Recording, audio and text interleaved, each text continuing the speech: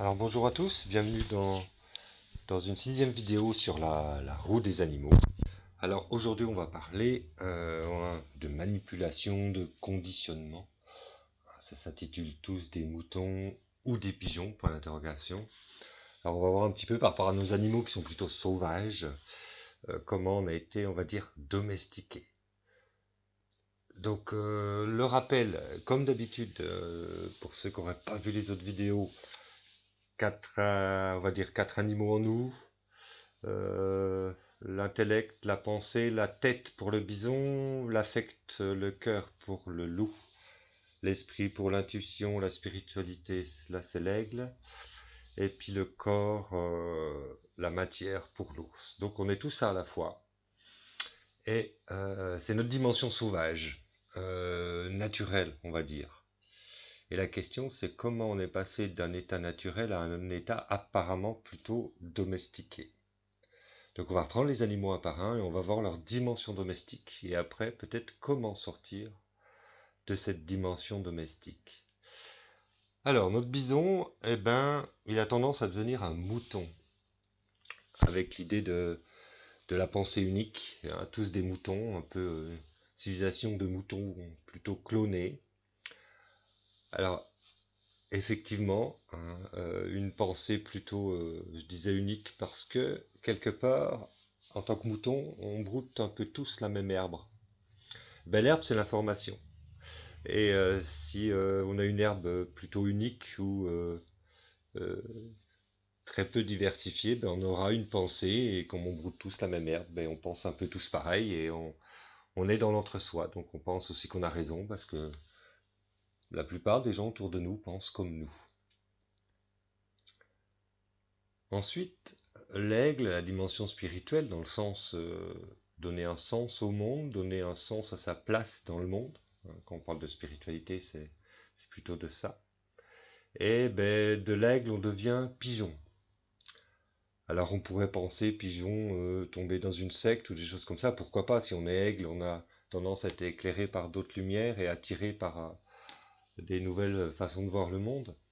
Mais en fait, on a une sorte de religion, on va dire, aujourd'hui, qu'on va appeler la consommation. C'est-à-dire que c'est assez insidieux dans le sens où bah, il y a une croyance collective qui est de consommer, consommer, c'est ça. Et c'est ça uniquement qui va nous rendre heureux, hein, dans un système où ça paraît tellement logique et pratiquement obligatoire que ben, on est tous partis à consommer dans tous les sens avec une surconsommation et je ne parlerai pas de tous les effets secondaires d'une surconsommation. Et en plus, notre pigeon, ben, au bout d'un moment, il est bagué, c'est-à-dire qu'il est suivi, contrôlé, hein. On a notre carte de fidélité, on est des fidèles, hein, même terme que dans la religion. Et voilà, la super consommation. Si on continue, notre loup, il devient domestique, c'est-à-dire un chien, et là j'ai pris le bichon, hein, où il y aura une dimension où on va être bridé dans le sens où eh ben, on fait plaisir. Sois gentil, ne dis pas non, fais-moi plaisir. Donc on aura du mal à sortir d'un conditionnement émotionnel où on a peur de déplaire. Et donc cette relation affective, donc les conditionnements et les manipulations, c'est pas obligatoirement à l'extérieur, ça peut être notre culture, notre système, mais ça peut être un conditionnement interne qui se produit. C'est nous-mêmes qui avons créé ce conditionnement-là, dans notre histoire, dans notre éducation. Un autre conditionnement, et pas des moindres, c'est le conditionnement physique, hein, corps de compète. Donc c'est être au top, le côté compétition, on le voit aussi dans le rapport au féminin, il faut avoir le plus beau corps possible. Et après, donc, c'est l'un ou l'autre, quoi. J'ai mis ou pas dans le sens où on est super compétition, ou alors eh ben, on va se laisser aller parce que on se sent pas à la hauteur. Donc il y a une exigence de ce côté-là. Et du coup, ben, notre culture de la compétition, évidemment liée à la consommation. On a beaucoup cette dimension-là, avec arriver le premier, la récompense, une culture de la récompense et d'être le meilleur dans un conditionnement individualiste. Donc, ces différents conditionnements intellectuels, tous des moutons, clonés, avec une pensée unique, conditionnement corporel avec cette pression à être le meilleur, conditionnement émotionnel où il faut faire plaisir à l'autre ou aux autres, et puis le conditionnement spirituel où une croyance unique, et qui est là, est plutôt la croyance dans la consommation et dans le développement. Alors, effectivement, le tableau n'est pas joyeux, mais quelles sont les pistes pour redonner une dimension sauvage, retrouver se réensauvager, on va dire. Alors, si on prend notre côté mouton, c'est la rencontre de la différence, c'est la rencontre de l'autre.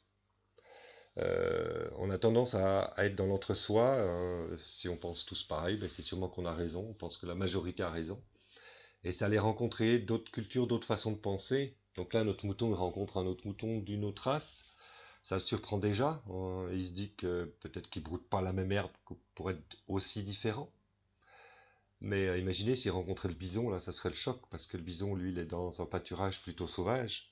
Donc c'est aller rencontrer toutes ces autres cultures, ces autres façons de penser, en s'imaginant ne pas avoir la seule et unique vérité. Donc dans les pistes, euh, on peut parler aussi, moi je peux vous donner la piste, un petit bouquin qui s'appelle La civilisation du poisson rouge, lui aussi il est dans les animaux, de Bruno Patino. Je redonnerai peut-être les références à la fin sur la présentation de la vidéo. La civilisation du poisson rouge, hein. Petit traité sur le marché de l'attention qui nous parle de ça. Et puis un autre bouquin d'un ami, Pascal Frion, qui s'appelle Info Dictat, qui parle de l'information, où on nous fait croire que plus on a d'informations, plus on broute, et plus on a de connaissances, et plus on est intelligent. Ce qui est une sorte d'illusion. Euh, et puis plein d'autres choses. Donc, Info Dictat de Pascal. Voilà, mais je donnerai d'autres exemples. Sur la dimension spirituelle, on est plutôt pigeon, et là, notre pigeon rencontre un goéland qui lui propose de voler de ses propres ailes, et là, le pigeon répond c'est pas possible. Ou alors, est-ce que c'est possible, Jonathan?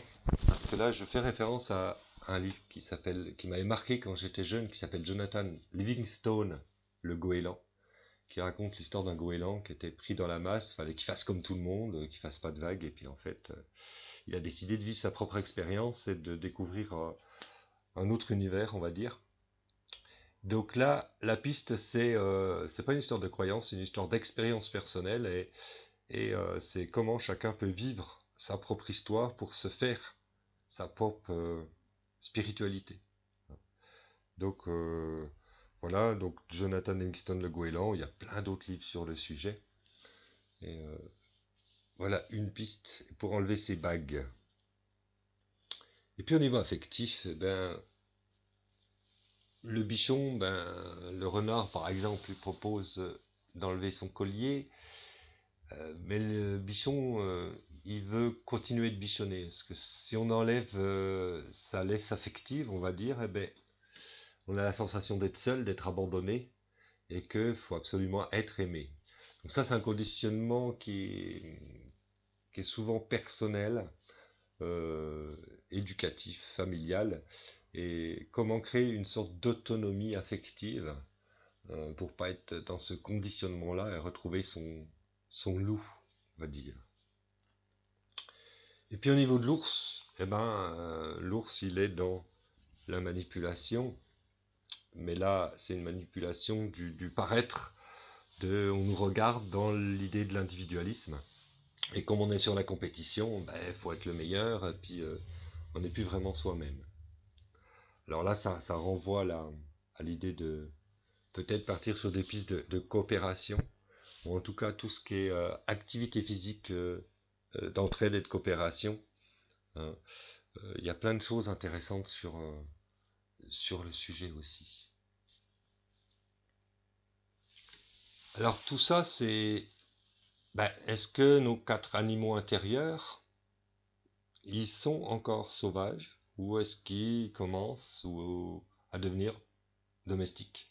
Lesquels sont encore sauvages, lesquels sont domestiques? Peut-être que c'est à différents niveaux. Donc se re-questionner là-dessus. Et puis aller voir un petit peu se reposer des questions de base, pour retrouver son pouvoir, parce que sa dimension sauvage, c'est être en pleine possession de ses pouvoirs. La dimension domestique, on est peut-être au service d'eux, mais on n'a plus la puissance et la force euh, avec soi de notre nature intérieure. Donc si on fait un chemin des questions, la première c'est peut-être pourquoi acceptons-nous la domestication? Alors, je disais peut-être pour pas faire de vagues, hein, pour pas déranger, pour pas poser problème.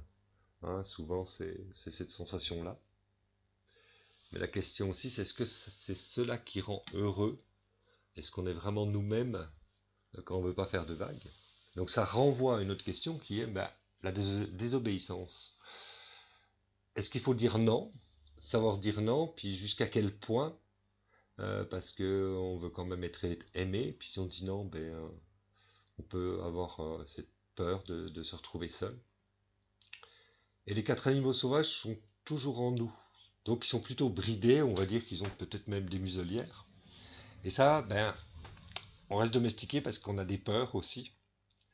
Donc les peurs de se tromper, d'être dans l'erreur, de ne pas réussir, la peur de déplaire, peur de ne pas être à la hauteur peut-être, ou peur d'être vulnérable face à nos sensibilités.